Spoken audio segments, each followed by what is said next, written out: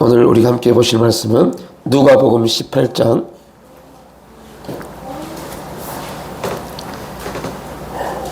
9절 말씀입니다. 누가복음 18장 9절 말씀. 우리 함께 9절 말씀 합독합니다. 또 자기를 의롭다고 믿고 다른 사람을 멸시하는 자들에게 이 비유로 말씀하시되. 누가복음 18장은 바리새인들에 대한 예수님의 비유의 말씀이 1절부터 쭉 나와 있습니다. 그리고 두 번째 단락이 바리새인과 세리의 비유를 통해서 바리새인들이 어떠한 신앙의 관점을 가지고 있고 그들의 신앙이 왜 잘못됐는지에 대해서 명철하게 말씀을 해주고 있죠. 구절은 우리에게 바리새인들이 어떠한 존재인지 자기를 의롭다고 믿고 동시에 다른 사람을 멸시한다라고 말씀하고 있습니다. 이게 바리새인들의 특징입니다.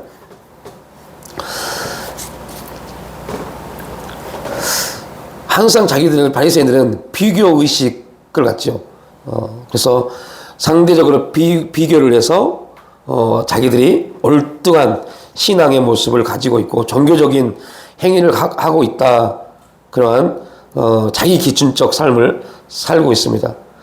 그러한 비교를 통해서 자신들은 높이고 다른 사람은 낮추는 그리고 결국은 판단하는 그러한 삶을 살아가는 자들이 바리새인이라고 말합니다.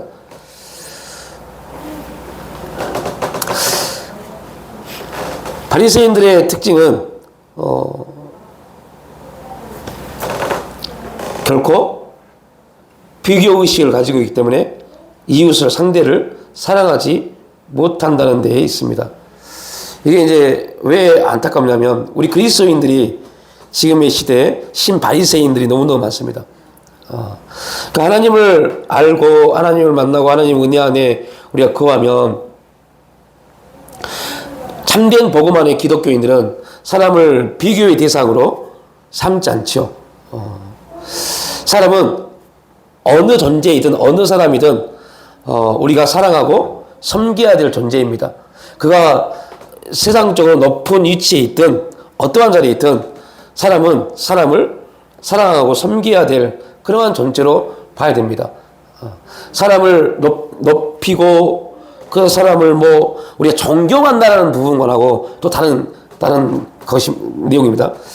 우리가 사람들을 높이고 그 사람들을 떠받치는 행위들은 그리스도인들이 해야 될 일이 전혀 아닙니다. 우리나라도 안타까운 것은 저도 목사지만 우리나라 6.25 사상하고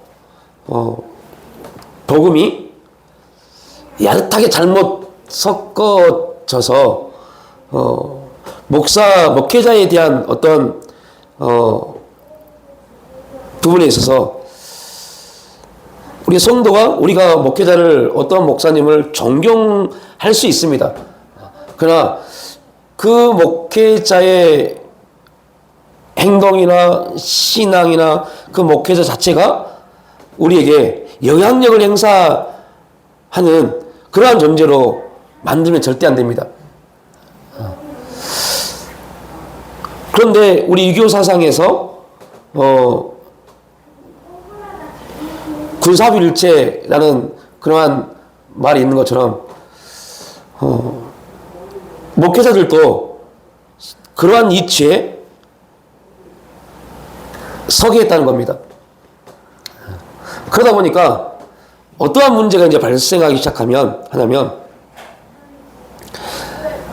목회자의 말이나 그들을 통해서 나오는 어떠한 종교적인 그러한 외침들이 신앙의 판단 기준이 되어버렸어요. 그러니까 성도들이 말씀을 통해서 성령의 역사를 인하여서 우리의 신앙이 하나님 앞에 어떤 평가를 받을 것인가의 기준을 잃어버렸고, 목회자가 그 사람의 신앙을 판단하는, 그 사람의 신앙이 좋고 나쁘고를 판단하는 그러한 이치가 되어버린 겁니다. 그래서 내가 하나님 앞에 인정을 받고 안 받고는 우리는 하나님이 안 보인다는 그 기준 때문에요, 별로 관심이 없어요. 그런데 교회 목회자에게 신앙적인 인정을 받으면 그게 하나님이 인정하는 것으로 착각해 버리는 경우가 있습니다. 근데 이게 왜 문제냐면 그렇게 목회자에게 자기 신앙을 인정받은 사람들이 행동하는 행위가 있어요. 다른 사람과 자기를 비교하기 시작하는 겁니다.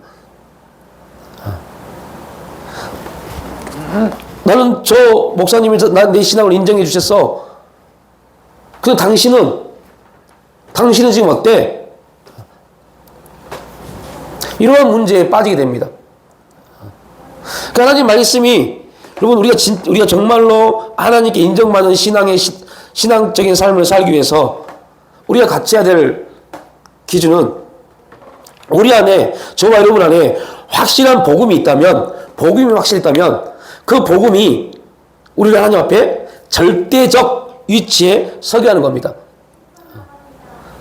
그러니까 이 세상에 어떠한 기준이 우리를 심지어 조롱하고 비웃을지라도 우리 안에 확실한 복음만 있으면 그 복음이 우리를 하나님의 절대적 위치에 서게 한 다음에, 그리고 결국 우리를 조롱하고 비웃었던 세상이 우리 안에 무릎 꿇게 만드는 것이 하나님의 역사입니다.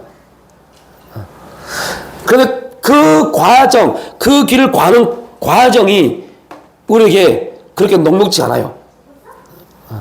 힘들어요. 그러다 보니까 하나님과 나의 관계성 안에서 하나님이 우리의 신앙을 인정하시고 우리의 신앙을 바라보시는 그 기준이 아니라 사람과 사람과의 관계 안에서 내가 지금 어떠한가, 그들보다 내가 더 열심히 있는가 없는가의 기준이 우리의 신앙의 척도가 되어버렸어요. 자, 이런 오해하면 안 됩니다. 우리가 믿음이 하나님 앞에 향하면 우리의 신앙적인 행위도 더 역동적으로 활발하게 이루어집니다.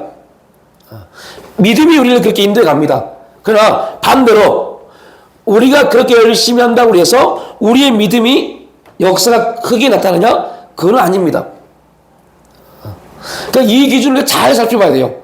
그래서 우리가 자칫 잘못하면 교회에서, 우리 예전에 요한일서를 나누면서 말씀을 드렸습니다. 교회가 부흥하려면, 교회가 커지려면 가이오 같은 사람들이 많이 있으면 안 돼요. 그래서 성경은 누구를 인정합니까? 가이오를 인정하잖아요. 그러면 교회가 크고 교회가 부흥하려면 어떠한 사람들이 많이 있어야 돼요? 어느 사람들이요? 함께 찾아볼까요? 여러분, 요한3서를 한번 보실래요? 요한3서 말씀을 한번 보겠습니다.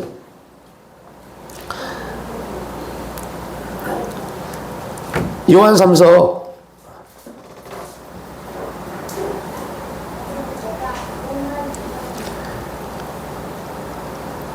9절 말씀을 보십시오. 이렇게 나오면 우리가 함께 읽어봅니다. 내가 두어 자를 교회에 샀으나 그들 중에 으뜸되기를 좋아하는 디오드레베가 우리를 맞아들이지 아니하니. 그런데 교회가 부흥하려면 이 디오드레베 같은 사람들이 많이 있어야 돼요. 이들이 많이 있는 교회는요, 부흥합니다. 왜요? 경쟁합니다. 그런데 요한은 오늘 누구를 축복합니까? 1절에 보니까 누구를 축복했어요? 가이오요. 장로인 나는, 요한은 사랑하는 가이오, 곧 내가 참으로 사랑하는 자에게 편지한다 하면서 축복해버립니다. 사랑하는 자여, 내 영혼이 잘돼같이 내가 범사에 잘되고 강건하길 내가 간구한다라고요. 그런데 여기는 중요한 비밀이 하나 숨어 있습니다. 사랑하는 자여, 내 영혼이 잘된같이 지금 가이오는 뭐는 잘 되어 있어요? 신앙은 잘 되어 있어요. 그런데 삶이 어때요? 범사가 따라주지 못합니다. 그런데 구절에 나와 있는 디오드레베는 어떤 사람입니까? 영혼은 신앙은 좋지 않습니다. 근데 지금 뭐는 좋아요? 범사가 형통합니다. 사람들은 누구의 말을 따를까요? 신앙이 좋지만 범사가 좋지 않는 사람들, 범사가 좋지 않다는 말은 어렵죠. 신앙은 좋은데 가난한 사람, 가이오. 돈은 많은데 신앙이 없는 사람, 누구를 따를까요? 가이오를 따를 것 같지요? 아닙니다. 누구를 따랐어요? 디오드레베요. 그래서 요한은 가이오에게 이렇게 축복을 합니다. 사랑하는 자여, 내 영혼이 잘된 같이, 네 영혼이 지금 하나님 앞에 잘 되고 있지. 내가 범사에 잘 되고 강건하기를 내가 진실로 간구한다라고 축복하는 겁니다. 이 말은 다른 말입니다. 이 말은 어떤 의미냐면 네가 신앙생활 잘하면 범사가 형통한다, 이런 내용이 아닙니다. 우리 이렇게 가르쳐왔고 이렇게 기도해왔어요. 하나님, 내 영혼이 잘된 같이 범사가 잘 되고, 여기서 범사가 잘 되는 것은 부자가 되고 모든 형통해지고 이런 내용이었어요. 그렇게 기도해왔어요. 근데 여기서 말하는 범사가 잘 되고라는 말은 그런 의미가 아니라 부자가 되고 형통케 되고 이런 게 아니라 다스린다라는 의미입니다. 다스린다는 의미를 갖고 있습니다. 뭘 다스려요? 내 삶을요. 지금 가이오는 어떤 사람입니까? 그 교회의 어른입니다. 그 교회를 지휘하고 있는 어른입니다.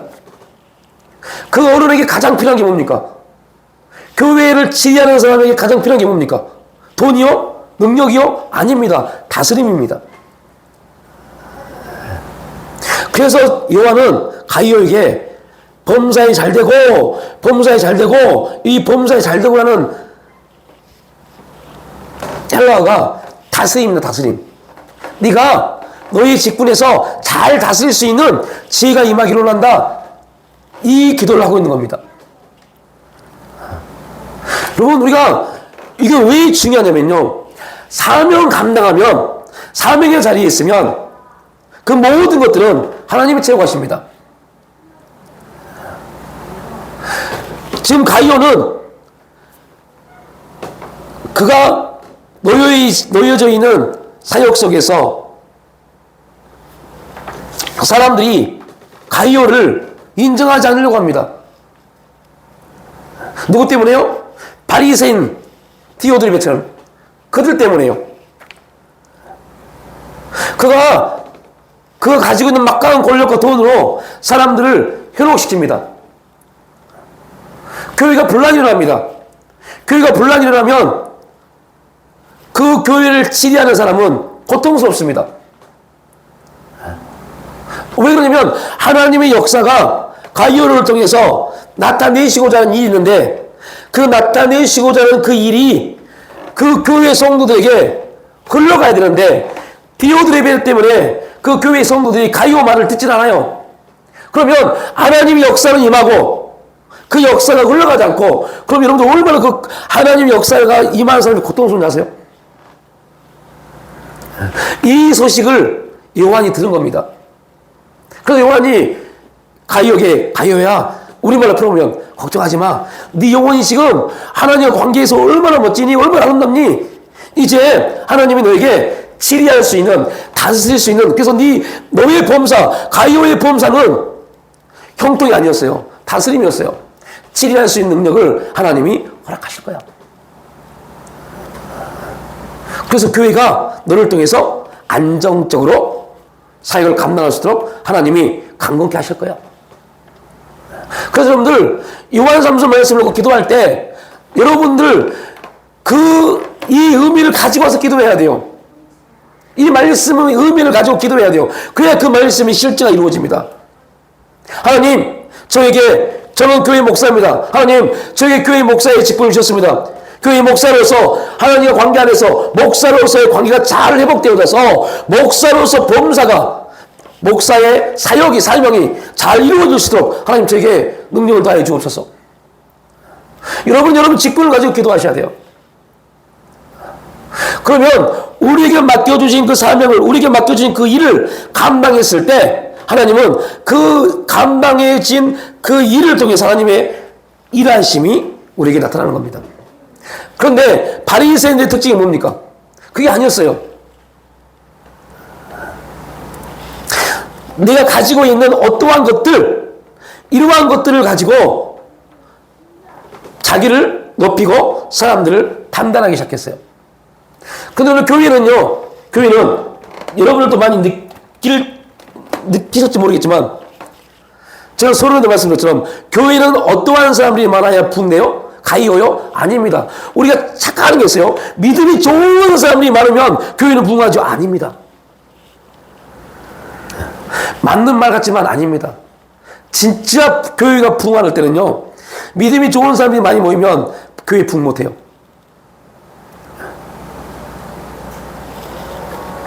그러면 진짜 우리가 교회가 붕하려면 어떤 사람들이 많은다고요? 디오드리 같은 사람들이요. 경쟁을 좋아하는 사람들이요. 그래서 한국 교회가 그동안 그렇게 붕됐습니다. 그런데 여러분들, 하나님이 가만히 있지 않잖아요. 그렇게 경쟁을 좋아했던 사람들이 경쟁할 거리를 잃어버렸어요. 그때부터 교회 안에서 경쟁할 거리가 잃어져 버리니 그들의 눈이 어디로 가요? 교회 안에 있지 않습니다. 그나마 그들이 교회 안에서 경쟁했기 때문에 교회가 붕했죠. 그러나 교회가 붕해지고 더 이상 뭐 경쟁할 게 없어요. 그러니까 그들의 눈이 세상으로 돌아가기 시작한 겁니다. 그러다 보니까 교회의 침체는 더 심해졌어요. 그런데 여러분들, 저는 이거를 반대로 봅니다. 교회가 침체된 게 아닙니다. 교회가 다시 어디로요? 믿음의 세계로 돌아간 겁니다. 꼭 기억하셔야 돼요. 저와 여러분도 마찬가지입니다. 우리의 신앙도 어느 순간에 막 뜨겁게 막 으쌰으쌰 기도하고 막 두 손 들어 기도하고 부르짖어 기도했다가 어느 순간 되면 그게 쑥 사라집니다. 그때 우리가 어떻게 말합니까?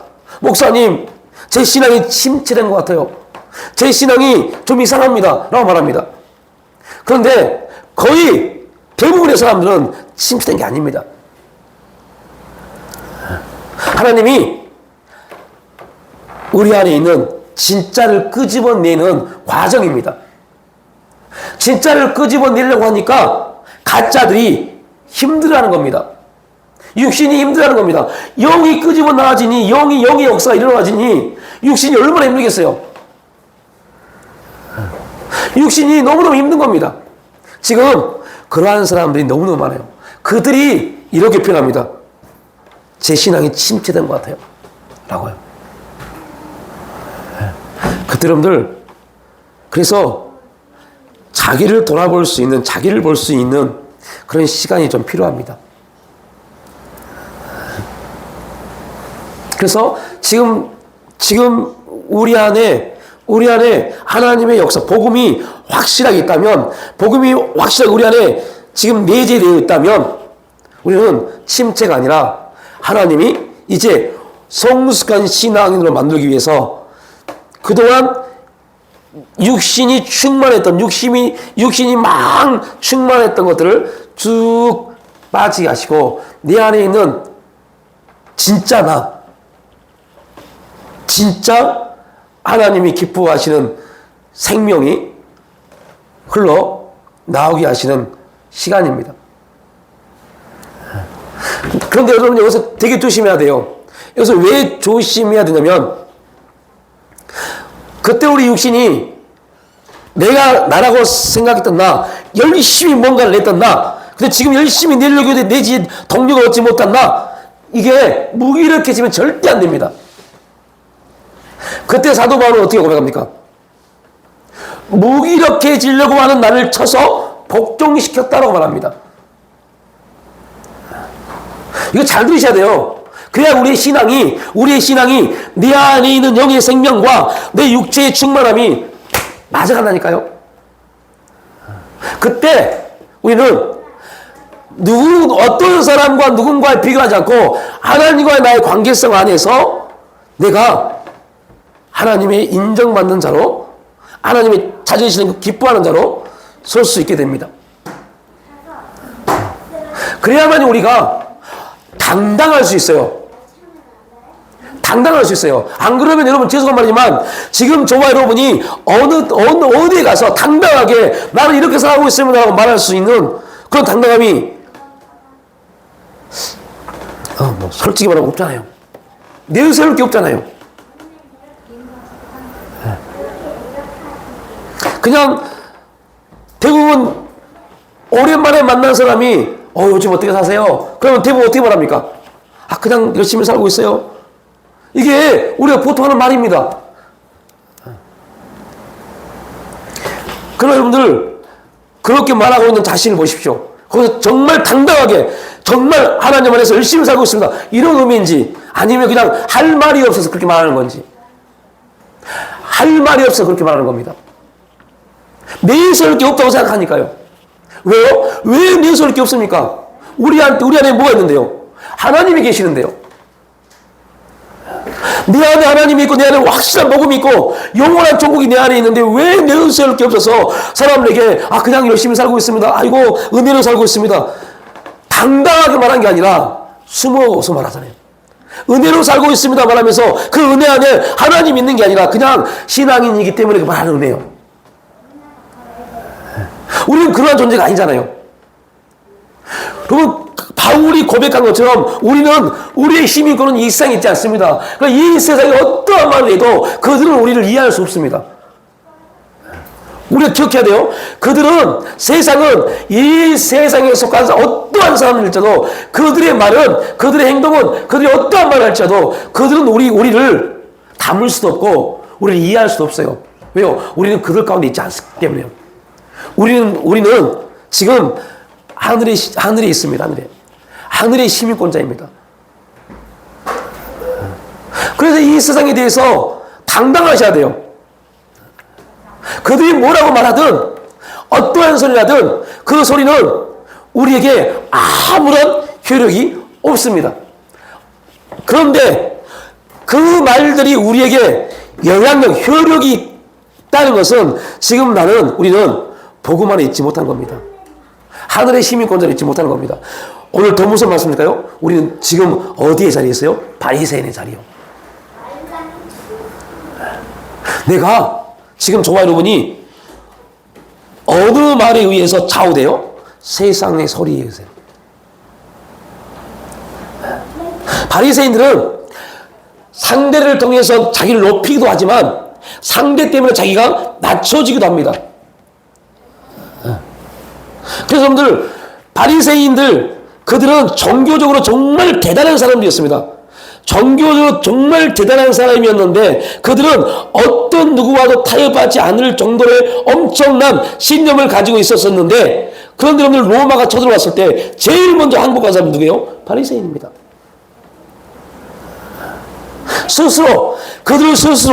바리새인들 스스로 로마의 속국 국민이 됐어요.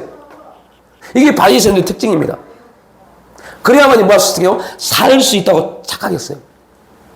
그런데 여러분들 바리새인들은 누굽니까? 하나님 말씀을 연구한 사람들입니다.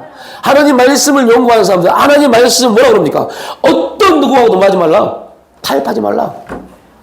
그 말씀합니다. 그런데 그들은 왜 하나님 말씀 앞에 서지 못했을까요? 이유는 딱 한 가지입니다. 그들은 하나님을 바라보는 사람들이 아니었기 때문에. 양육강식적 이 세상의 관점으로 살아왔습니다. 무조건 모든 관점이 누구예요? 자기입니다. 자기. 내가 살려면 하나님도 버릴 수 있는 그러한 존재였어요. 이게 바리새인들입니다. 자, 그런데 여러분들 저와 여러분이 그러시다니까요. 결국 바리새인들의 특징은 사랑의 대상이 누굽니까? 자기입니다. 자기. 신바리새인들, 오늘 그리스도인들 중에서 신바리새인들은요 모든 중심이 납니다. 내가 힘들면 내가 어려우면, 내가 짜증나면, 내가 기분 나쁘면 납니잖아. 하나님이 나를 짜증나는 환경 속에 집어넣으셨고, 나를 힘든 환경 속에 집어넣으셨고, 하나님은 그런 상황을 만드셨고, 관심도 없어요. 내가 지금 기분 나빠. 내가 지금 화나. 계속 납니다. 그 나가 해결되지 않으면 폭발합니다. 그거를 정신의학적으로, 상담학적으로 분노 조절 장애라고 합니다. 아닙니다. 하나님 앞에 불순종한 겁니다. 누구를 사랑하기 때문에요? 자기요. 그 자기가 조금만 상처받으면 확 기분 나빠져 버립니다. 여러분 주위에 얼마나 그런 사람 많은지 아세요? 자기를 너무 사랑해서 그래요. 하나님이 그 자기 사랑하는 그 자기 예를 무너뜨리시려고 환경을 붙이고 대인 관계를 붙이고 여러 가지 상황을 줌에도 불구하고 관심 없어요.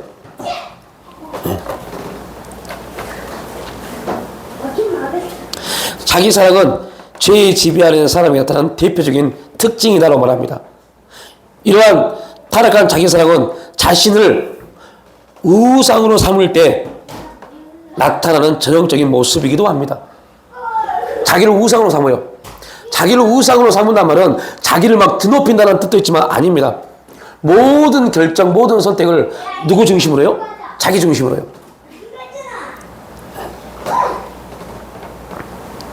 그 삶의 중심에는 하나님이 아니라 자기 자신만 있습니다.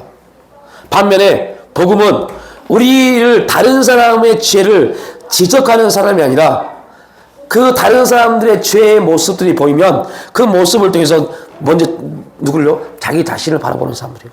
나도 그러할 수밖에 없는 연약한 존재의 힘을 고백하는 사람들이에요. 그래서 이러한 걸 가지고 내가 복음의 사람인가 바리새인 같은 육신의 사람인가를 또한 판단할 수 있습니다. 내가 누군가를 지적하고 있고 판단하고 있고 그 판단의 결과로 그들을 저주하고 그들을 비난하고 하고 있다면 나는 지금 종교라는 옷을 입고 복음이라는 옷을 입고 거짓된 삶을 살고 있는 겁니다. 왜요? 그게 사탄 마귀가 행하는 짓이니까요. 하나님은 내 원수를 사랑하라고 말씀하십니다. 복음의 사람이라면 원수까지도 해야 될 사람이 복음의 사람입니다. 근데 지금 세상을 돌아가는 걸 보십시오. 뭐 크게 거창하게 세상을 볼 필요도 없어요. 우리의 삶을 보십시오. 얼마나 많이 우리가 타인을 욕하고 저주하고 비난하고 판단하고 있습니까? 그래서 복음의 사람은 다른 사람을 손가락질하기보다 먼저 자신의 마음을 살피고 그리고 그 안 좋은 모습, 잘못된 모습을 보이는 그들을 위해서 중보하는 겁니다. 그가 아직 뭘 몰라서요? 은혜를 모르기 때문이에요.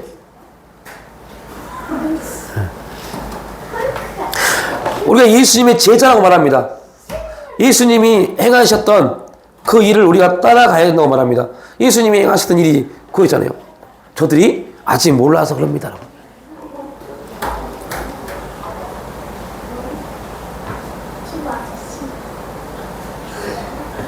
그래서 자기 의에 사로잡힌 바리새인들의 눈에는 그죠?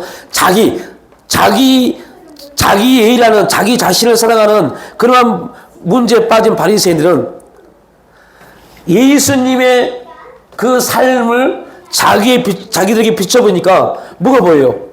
죄가 보입니다.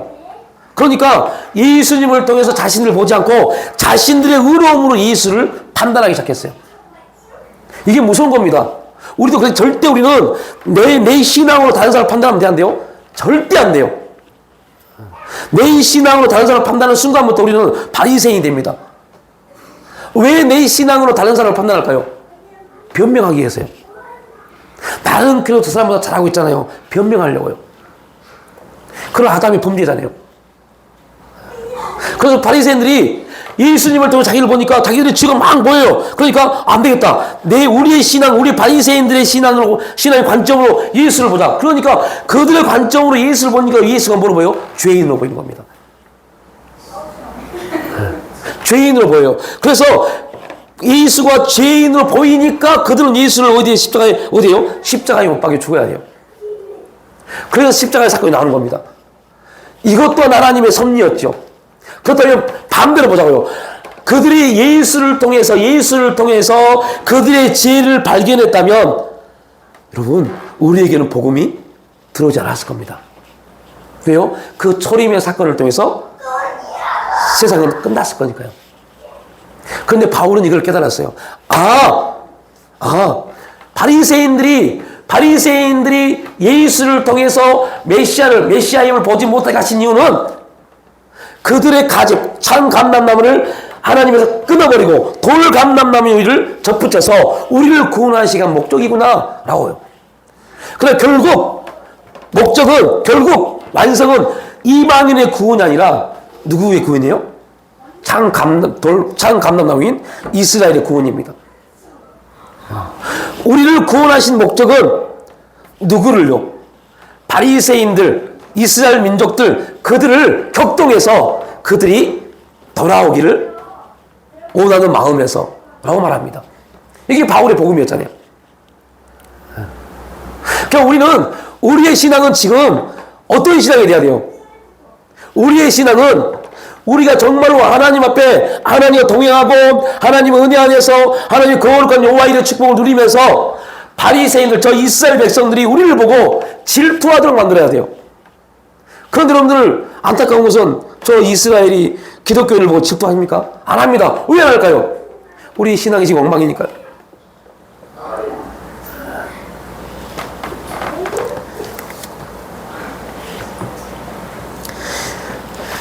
우리가 그 신앙, 성경이 말하는 그 신앙의 자리에 나가야 되고 회복되어져야 돼요. 그러기 위해서 우리를 이 땅에 보내주셨고 아직 우리의 숨을 걷어가지 않으신 이유입니다. 그냥 내가 너희들 이 땅에서 먹고 살기 위해서 열심히 살아봐 이게 아니라 아직 우리를 이 땅에 남겨두신 이유는 우리의 신앙이 성장 성숙해서 결론적으로는 저 이스라엘 백성들이, 이스라엘 민족들이, 이스라엘 사람들이 우리를 보고 신앙적 질투가 나게 하더라고요. 그럼 우리는 어떻게 해야 돼요? 다른 데 눈 돌릴 데가 아니라니까요. 저놈들 눈 돌릴 데가 아니라니까. 우리 신앙이 부단히 뭐 해야 돼요? 성장 성숙한데 관심을 가지고 집중하고 달려가야 돼요. 그래도 부족합니다. 우리 신앙이 성장 성숙되도록 그래서 우리가 하나님이 우리를 이 땅에 보내셔서 시간을 흘러보내고 신앙생활 하게 하도록 은혜를 주시고 하는 모든 그 일들은 그 목적은 우리를 통해서 이스라엘 사람들이 뭐 하도록요? 질투나도록요. 그래야만 이스라엘에 뭐가 들어가니까요? 복음이 들어가니까요. 근데 우리는 지금 잘못된 일들을 얼마나 많이 하고 있습니까?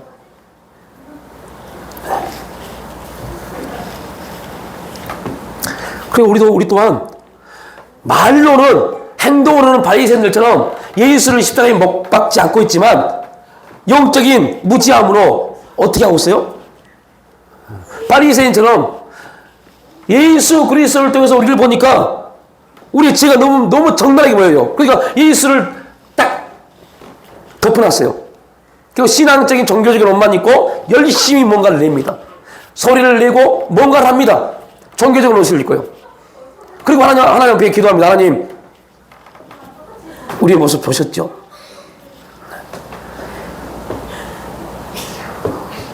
그들은 자신의 영적 상태를 보지 못한 채 예수님을 판단하고 비난했으며 마침내 예수님을 십자가에 못 박는 자들이 되어버렸습니다. 이처럼 복음을 알지 못하는 사람은 하나님의 뜻보다 뭐가 더 우선이요? 자기의 생각이요. 자기의 생각을 더 신뢰합니다.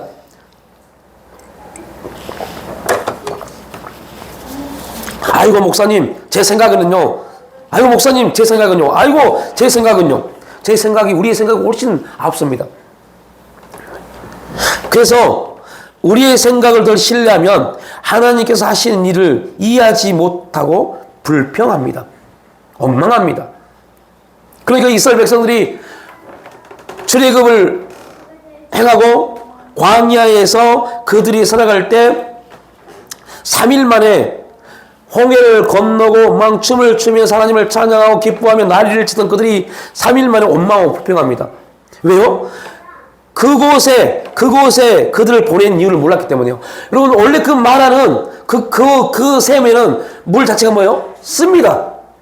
쓴물입니다. 그러면 하나님이 그들을 쓴물 가운데 보내신 이유가 뭐예요? 야, 너희들 잘 봐. 너희들 잘 봐. 이 쓴물이 어떠한 물로 바뀔지 잘 봐. 그러니까 그들이 영적인 사실을 이해만 깨달았다면, 홍해를 건너게 하신 하나님이 마시지 못할 이 물을 어떻게 바꾸실까? 이러한 기대가 있었을 겁니다. 그런데 하나님이 그들을 그렇게 인도한 이해하지 못해서 이해하지 못하니까 즉각 뭐예요? 원망하는 겁니다. 우리가 하나님의 그 역사하심을 알지 못하면 즉각 환경과 상황 속에서 원망하고 불평합니다.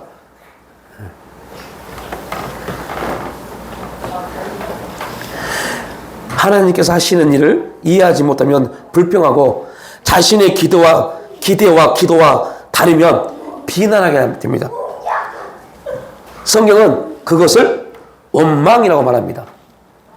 그러니까 우리는 지금 기독교인들은요, 얼마나 자기를 포장을 잘하냐면 단어적 원망을 하지 않습니다. 하나님, 이럴 수 있습니까? 내 인생이 왜 이렇게 하지? 막 이렇게는 잘 하지 않습니다. 그런데 교묘하게 원망합니다. 이렇게 하면 모르시겠지 뭐.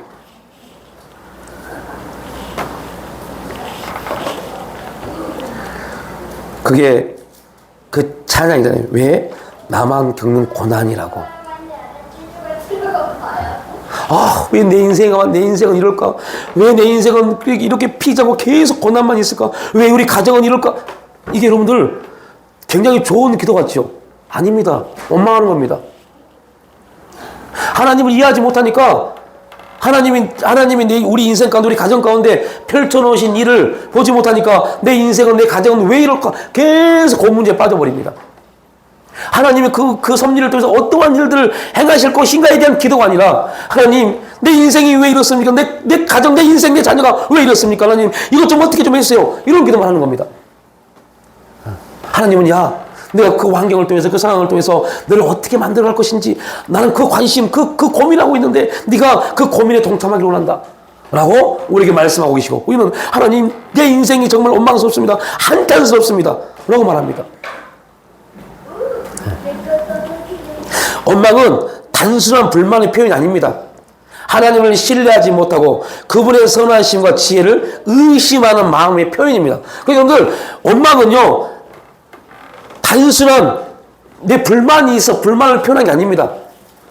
신뢰하지 못하기 때문에 나오는 표현입니다. 신뢰하지 못하니까 하나님이 가장 합당한 방법으로, 가장 선하신 방법으로 하나님은 옳습니다 라는 우리의 고백을 통해서 하나님 우리에게 이 환경을 주셨는데, 하나님이 안 믿어지니까, 신뢰가 안 되니까 왜 이렇지? 가 돼버리는 겁니다.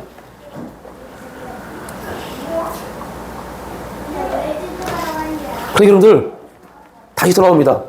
이런 결론을 줘볼게요. 우리가 4주 전에 나눴던 얘기입니다. 누구나 현실을 똑같이 봅니다.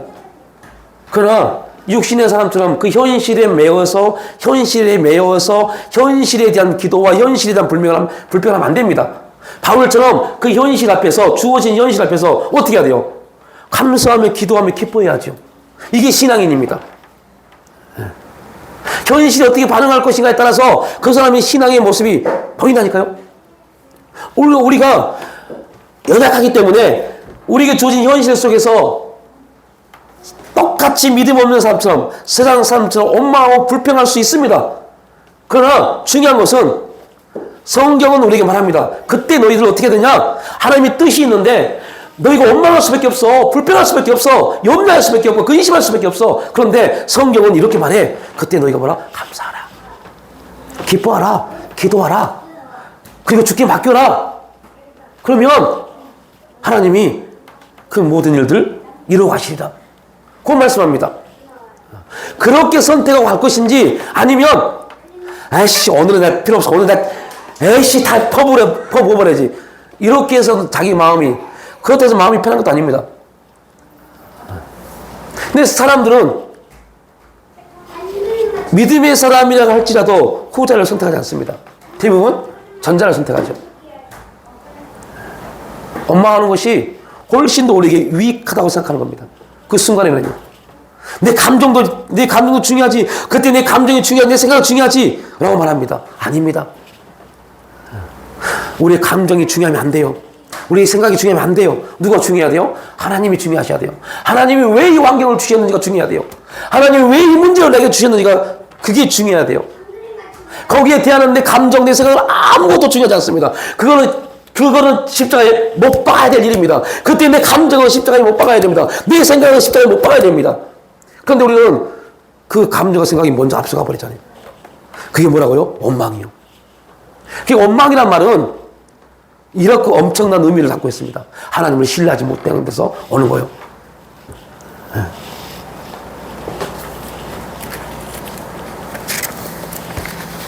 복음을 아는 사람은 자신의 죄를 보고 회개하지만 복음을 알지 못한 사람은 다른 사람의 죄를 보며 정죄합니다. 복음을 아는 사람은 하나님께 감사하지만 복음을 알지 못한 사람은 하나님을 그렇게 원망합니다. 그래서 복음은 사람을 겸손하게 만들지만 자기 의는 사람을 교만하게 만듭니다. 내가 이렇게 열심히 했으니까 이만큼 된 거지 라고요. 복음만이 사람을 변화시킨 하나님의 능력이며 복음만이 우리를 하나님 앞에 겸손하게 세우는 유일한 길입니다. 그래서 오늘 제목이 여러분 주보되지만 복음만이 해답입니다. 복음에 우리가 물들이면, 복음이 우리에게 밀려오면, 복음이 우리를 지배하면 우리 안에 해답이 일어납니다. 그래서 복음이 우리를 지배하도록 우리의 생각과 우리의 감정을 십자가에 계속 못 박아야 돼요. 원망하고 불평하고 염려하고 근심이 있습니다. 그때 뭐라? 주께 맡겨라. 그럼 합니다. 아무것도 염려하지 말고 그 염려를 주께 맡겨라. 기억나십니까? 맡겨라는 뜻이 뭐라고요? 던져버려라. 하나님께 염려를 던져버려야 돼요. 그 다음부터 어떻게 한다? 이제 그 염려는 주님 것입니다. 나는 염려하지 않겠습니다. 그러면 그때부터 누가 그 염려를 떼어나요? 하나님이요. 하나님이 우리 염려를 떠안고 어떻게 풀어줄까 고민하고 계셔야 돼요. 그게 하나님이 일하게 하시는 방법입니다. 남편, 아내, 자녀, 우리 가정, 교회 늘 이 모든 것들 하나님께 던져버려야 돼요. 던져버리면 그때부터 하나님이 이 남편을 어떻게 고칠까? 이 아내를 어떻게 고칠까? 이 자녀들이 이 길을 어떻게 열까? 이 교회를 어떻게 할까? 이 가정을 어떻게 할까? 하나님이 고민하기 시작합니다. 그리고 하나님이 아이고 이 남편에게, 이 아내에게, 이 교회에, 이 가정에, 이 자녀들에게 맞는 사람을 내가 빨리 만들어서 보내야겠구나. 그게 만남의 축복입니다. 그렇게 역사에 가십니다. 그런 은혜가 있기를 주님으로 축복합니다. 그래서 여러분들 하나님이 우리 인생 가운데 일하도록 만들어야 돼. 하나님이 마음껏 일하시도록, 우리 교회 가운데 하나님이 마음껏 일하시도록. 그럼 여러분들 사람의 수가 문제가 아닙니다. 하나님이 일하시면 사람이 입고 꼴 떠나서 하나님이 부어가십니다. 가정도 마찬가지입니다. 네, 한 5분 남았는데 이 간증하고 마치겠습니다. 저 경북에 사는 집사님 한 분 계세요. 이분은 3년 전에 남편이 죽었어요. 남편이 그 뱃일을 하신 분입니다. 뱃일. 뭐죠? 오낭오선인가요? 큰 배를 타고 나가면 3년 동안, 4년 동안 고기 잡고 오셔서 한 3주 집에 있다가 또 나가시고 그러신 분이세요. 그러니까 결혼을 하고 자녀가 3명인데 결혼을 하고 자녀를 3명이 낳고 지금 그 남편하고 같이 살 부대끼고 사는 날수는 1년도 안 된대요. 그런데 죽어버렸어요, 남편이. 그러니까 이 부인은, 이 집사님은 어떻게 해요? 어떻게 해요? 근데 그 집사님이 저에게 기도 부탁을 해왔어요. 목사님 교회 유튜브 설교를 듣다 보니까 갑자기 뭐 기도문을 가지고 기도한다는데 그것 좀 보내주세요. 어떻게 기도해야 할지 모르겠어요. 그 기도문 그거만 흔들었던 거 그것 좀 보내주세요. 하고 연락이 왔어요. 그 집사님에게 맞게끔 구절을 끊어서 그 기도문을 보내드렸어요. 그것만 읽고 기도하십시오. 근데요, 놀라운 것은요, 그 집사님 그걸 기도하다가 자기로만 끝나면 안 될 것 같아서 그 교회 그 집사님 속해 있는 구역에 가서 구역 식구를 다 복사해 준 겁니다. 그 구역이 그 기도문을 가지고 기도한 겁니다.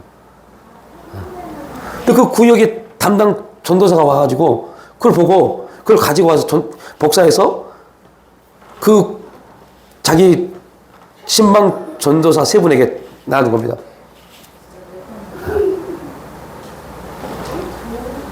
시골 교회지만 한 400명 정도 모인 교회입니다.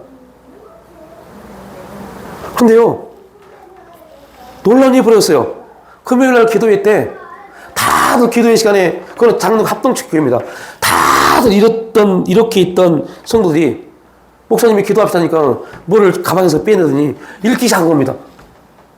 그 목사님이 깜짝 놀라요. 자기는 그렇게 기도 못하는데 뭘 놓고 기도하나 봤더니 기도를 막 읽기 시작한 겁니다. 그래서 자기 목사님이 끝나고 그걸 달라고 그래서 그걸 보니까 기도가 하지도 않는데 이걸 막 하는 거예요. 근데 뭐라 할 수는 없어요. 다 말씀이니까. 그래서 그 목사님이 그저께 저한테 데려갔어요. 얘기를 보니까 저 한참 통신 후배입니다. 근데 그분이 뭐라고 말씀하냐면, 저희 교회가요, 목사님, 그분이 그 교회를 부임한 지 지금 10몇 년이 됐는데 처음으로 금요교대가 뜨거운 지 처음이랍니다. 저희 그 말씀을 들려고 한 게 아닙니다. 그 집사님이 남편이 죽고 나서부터 우울증이 와가지고요, 거의 1년에 한 번씩 자해를 했답니다. 삶이 너무 버거워서요. 근데 기도가 열리기 시작하니까요. 기도가 열리기 시작하니까 제일 먼저 하나님이 막 회개를 시키더래요.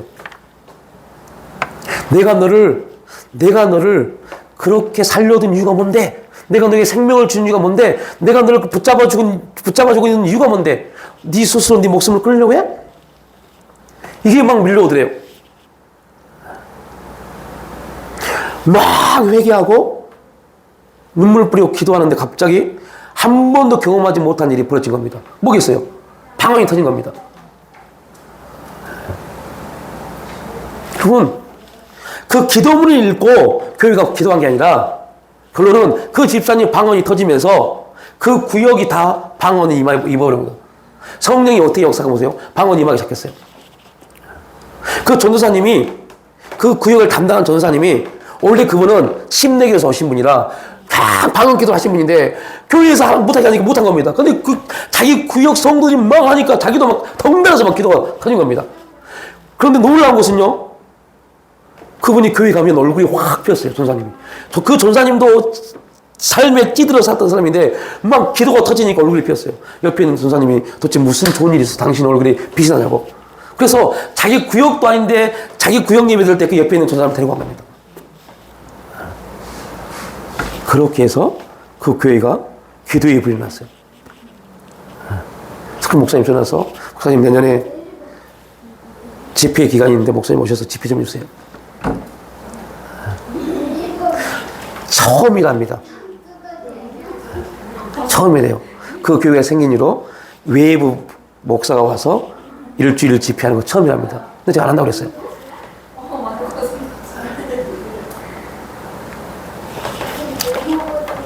가면 높아질까봐 안 한다고 그랬어요. 다른 분을 소개시켰어요. 여러분,